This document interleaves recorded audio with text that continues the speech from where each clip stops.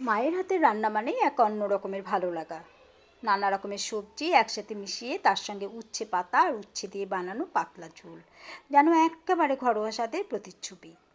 এই ঝোলের মধ্যে না আছে কোনো ভারী মশলা, না বাড়তি আড়ম্বর।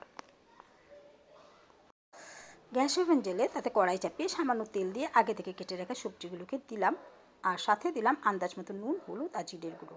উচ্ছেটাকে আমি আগেই ভেজে তুলে রেখেছিলাম। গ্যাসের আঁচ কমিয়ে চাপা ঢাকা দিলাম।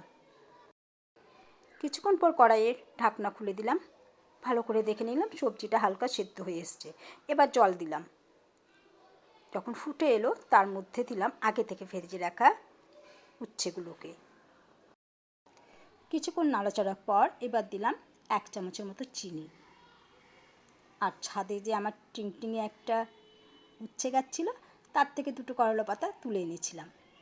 সেটাকে ভালো করে ধুয়ে নিয়ে ছোটো ছোটো করে কেটে ঝোলের মধ্যে ছেড়ে দিলাম।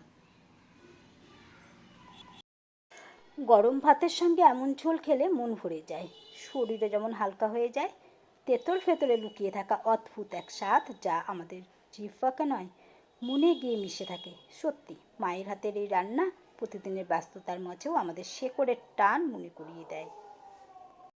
গরম ভাতের সঙ্গে এমন ঝোল যেন আমাদের শৈশবের ঘরোয়া স্মৃতিকে আবার ফিরিয়ে নিয়ে আসে।